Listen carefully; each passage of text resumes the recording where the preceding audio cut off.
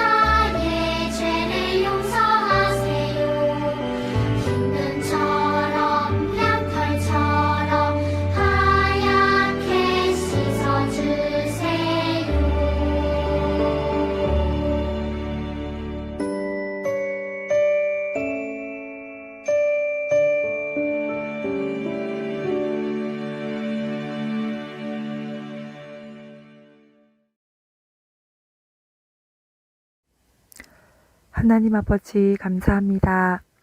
오늘 귀한 주님의 날을 허락하셔서 우리의 주관자 되시고 인도자 되시는 하나님 아버지를 찬양하고 경배하며 또 예배하게 해주셔서 감사합니다. 코로나 상황으로 모든 이가 힘들어하는 상황 속에서도 그 모든 것들을 주관하시는 이는 하나님임을 알고 하나님의 자녀인 우리는 말씀에 귀 기울이며 하나님 자녀답게 하나님 기뻐하시는 예배자로서 서는 온누리 유초등부 친구들이 되게 해주세요. 비록 비대면 예배로 영상을 통해 예배하지만 우리 친구들 마음속에 살아 역사하시는 성령 하나님의 인도하는 대로 순종하여 하나님이 기뻐하시는 예배를 드릴 수 있도록 도와주세요. 지금 이 시간 내 마음과 몸과 영혼이 오직 하나님께만 집중하기를 원합니다. 우리의 예배를 방해하는 것들을 주님께서 막아주시고 오직 하나님을 만나 누리는 귀한 은혜의 시간 되게 해주세요. 말씀으로 인도해 주시는 김동우 목사님을 지켜주셔서 말씀 잘 전하시도록 인도해 주시고 우리가 예배하는 것을 기뻐하시는 예수님 이름으로 기도합니다. 아멘. 오늘은 다른 세대, 아니 다음 세대라는 제목으로 설교를 들으려고 합니다. 함께 보실 성경 본문은 사사기 2장 8절부터 15절까지의 말씀입니다. 목사님 한 절, 우리 친구들 한 절, 이렇게 한 절씩 번갈아가며 읽도록 하겠습니다. 준비됐나요? 목사님 먼저 읽겠습니다. 여호와의 종 눈의 아들 여호수아가 110세의 죽음에 무리가 그의 기업의 경내 에브라임 산지 가스산 북쪽 딥낫 헤레스에 장사하였고 그 세대의 사람도 다 그 조상들에게로 돌아갔고 그 후에 일어난 다른 세대는 여호와를 알지 못하며 여호와께서 이스라엘을 위하여 행하신 일도 알지 못하였더라. 이스라엘 자손이 여호와의 목전에 악을 행하여 바알들을 섬기며 애굽 땅에서 그들을 인도하여 내신 그들의 조상들의 하나님 여호와를 버리고 다른 신들 곧 그들의 주위에 있는 백성의 신들을 따라 그들에게 절하여 여호와를 진노하시게 하였으되 곧 그들이 여호와를 버리고 바알과 아스다롯을 섬겼으므로 여호와께서 이스라엘에게 진노하사 노략하는 자의 손에 넘겨주사 그들이 노략을 당하게 하시며 또 주위에 있는 모든 대적의 손에 팔아 넘기심에 그들이 다시는 대적을 당하지 못하였으며 그들이 어디로 가든지 여호와의 손이 그들에게 재앙을 내리시니 곧 여호와께서 말씀하신 것과 같고 여호와께서 그들에게 맹세하신 것과 같아서 그들의 괴로움이 심하였더라. 아멘. 우리 친구들, 지난주에 들은 말씀을 기억하나요? 지난주에는 힘들고 어려운 상황 속에서도 하나님을 선택한 갈렙에 대한 말씀을 들었어요. 끝까지 하나님을 선택한 갈렙은 결국 승리하게 되었고 헤브론 땅을 받게 되었어요. 지난 한 주간뿐만 아니라 앞으로의 모든 삶 속에서 하나님만 선택하는 우리 친구들이 되기를 소망해요. 그런데 계속해서 갈렙이 하나님을 선택할 수 있었던 이유는 무엇일까요? 하나님께서 우리와 함께 하신다면 승리한다는 것을 기억했기 때문이에요. 그래서 기억한다는 것은 굉장히 중요해요. 만약 갑작스러운 사고로 인해 여러분의 기억이 몽땅 사라져 버렸다고 상상해 보세요. 그럼 어떨까요? 아마 모든 것이 낯설 거예요. 나와 친하게 지냈던 친구들의 얼굴을 알지 못하고 사랑하는 부모님의 얼굴을 모르게 될 거예요. 내 주변의 모든 사람이 처음 보는 것처럼 느껴질 거예요. 우리가 무엇인가를 기억한다는 것은 그것을 알고 있는 것과 같아요. 내가 부모님과 나눈 기억이 많을수록 그만큼 부모님에 대해 아는 게 많아져요. 마찬가지로 친구와 나눈 대화, 함께 먹은 음식, 같이 보낸 시간이 많을수록 나는 그 친구에 대해 더 많이 알게 돼요. 이것에 대한 기억을 잃게 된다면 그 추억에 남겨진 사람들은 참 슬플 거예요. 오늘 성경에서 읽은 이스라엘 백성들의 모습은 마치 기억 상실에 걸려버린 사람과 같은 모습이에요. 오늘 말씀을 듣고 이를 바라보는 하나님의 슬픈 마음을 기쁘게 해드릴 수 있는 친구들이 되기를 바랍니다. 시간이 흘러 이스라엘 백성을 이끌던 여호수아와 그 세대 사람들이 다 죽게 되었어요. 그리고 이스라엘에는 이전 세대와는 다른 세대가 등장했어요. 성경에는 다른 세대의 특징을 이렇게 말해요. 여호와를 알지 못하고 여호와께서 이스라엘을 위하여 행하신 일도 알지 못하였더라. 여기에 여호와를 알지 못했다라는 말은 다른 세대의 사람들이 하나님에 대해 한 번도 들어본 적이 없었다는 의미가 아니에요. 이들은 할아버지, 할머니, 부모님을 통해서 하나님에 대해 들어봤을 거예요. 그런데 성경이 이들을 가리켜 하나님을 알지 못했다고 말한 이유는 무엇일까요? 그것은 하나님에 대해 전해주는 말을 듣기는 했지만 온 천지의 창조주로 이스라엘을 구원하시는 구원주로 믿지 않고 받아들이지 않았다는 말이에요. 이들은 하나님께서 우리를 깊이 사랑하시고 우리에게 은혜를 베푸시는 분이라는 것을 기억하지 않았어요. 이렇게 하나님을 알지 못하던 다른 세대는 큰 잘못을 저지르게 되었어요. 우상을 섬기는 죄를 짓고 만 거예요. 하나님께서는 이스라엘 백성이 다른 이방의 신들을 섬기지 않도록 가나안 땅에 거주하고 있던 가나안 민족들을 다 쫓아내라고 말씀하셨어요. 그러나 이스라엘은 가나안 땅 정복을 마쳤지만 가나안 민족을 다 쫓아내지는 못했어요. 그래서 결국 하나님을 알고 따르던 여호수아와 그 세대의 사람들이 다 죽고 없어지자 가나안 민족이 섬기고 있던 바알과 아스다롯을 섬기게 된 거예요.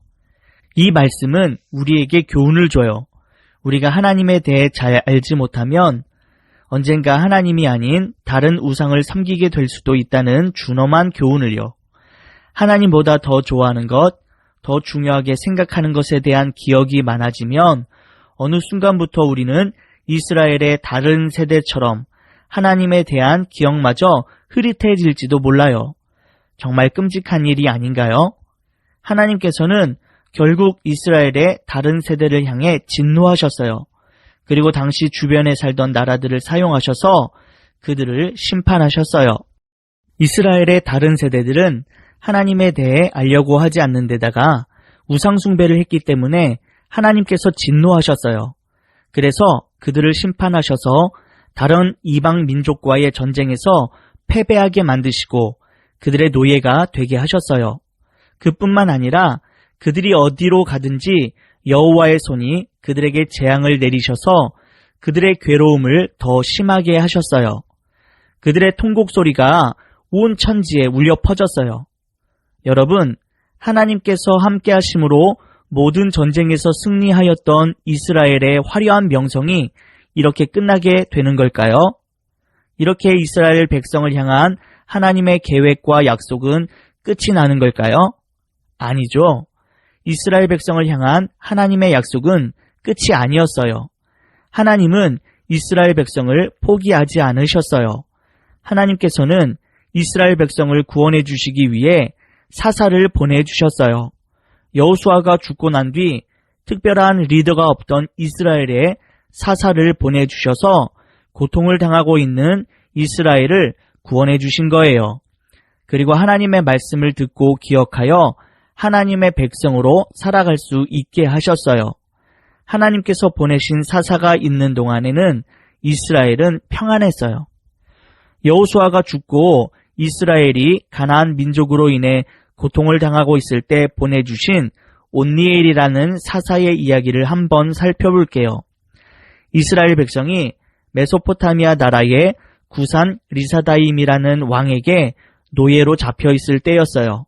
백성들이 얼마나 힘들었는지 밤새 울부짖었다고 말하고 있어요. 하나님께서는 백성들의 울부짖는 소리를 들으셨어요. 그리고 그들을 구원해 주시겠다고 마음먹으셨어요.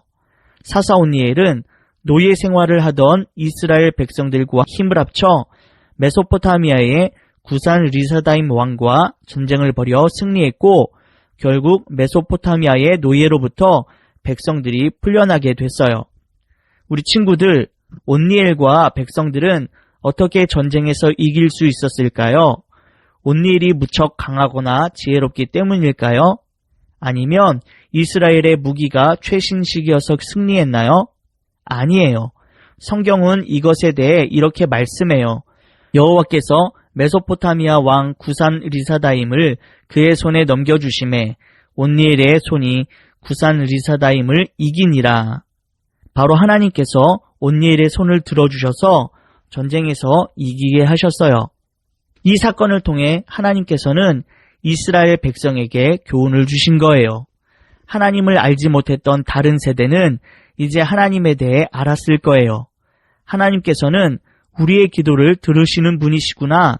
하나님은 은혜를 베푸시는 분이시구나. 하나님을 알려 하지 않고 우상을 섬기는 죄를 지었기 때문에 우리가 지금까지 벌을 받은 거구나.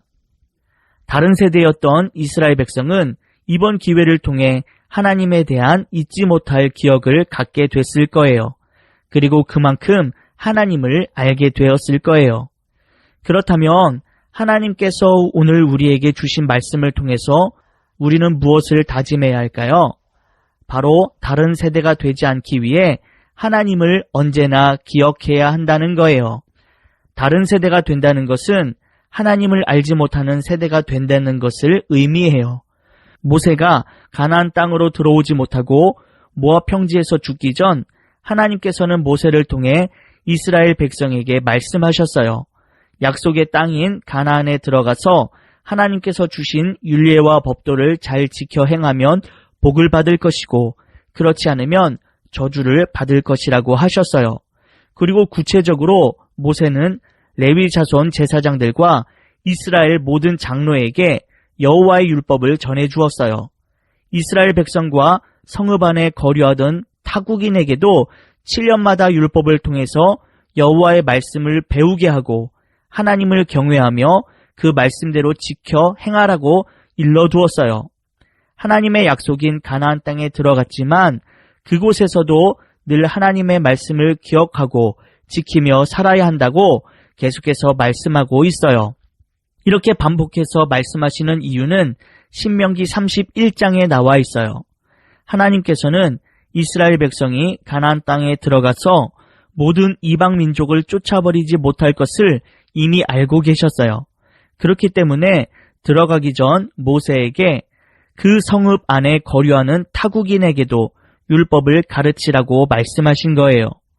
가나안 땅 정복이 끝났지만 여전히 가나안 땅에는 그곳 거류민이 남아있어서 이스라엘 민족을 군사적으로, 신앙적으로 위협했어요. 그와 같이 우리 인생도 하나님께서 구원하셨지만 여전히 우리는 죄와 사탄의 위협을 받으며 살아가고 있어요. 사실 하나님은 우리를 향해 계속 말씀하고 계시지만 우리는 사탄의 유혹에 이끌려 말씀을 듣지 않고 보지 않아요. 내가 듣고 싶은 대로 듣고 보고 싶은 대로 보고 살고 싶은 대로 살아요. 그렇게 하나님의 생각에는 관심이 없는 사람이 되는 거예요. 하나님과 상관없는 사람으로 살아가게 되는 거예요. 그렇게 다른 세대가 되는 거지요. 그러나 그리스도 예수의 십자가 은혜로 구원을 받은 우리는 언제나 하나님의 말씀을 듣고 읽고 기억하고 지켜 행해야 해요. 기도와 말씀을 통해 하나님과 시간을 자주 보내야 돼요. 그렇게 하나님과 함께 나눈 기억을 많이 가지고 있어야 돼요. 그 시간이 조금씩 쌓이다 보면 우리도 하나님을 그만큼 알게 될 거예요.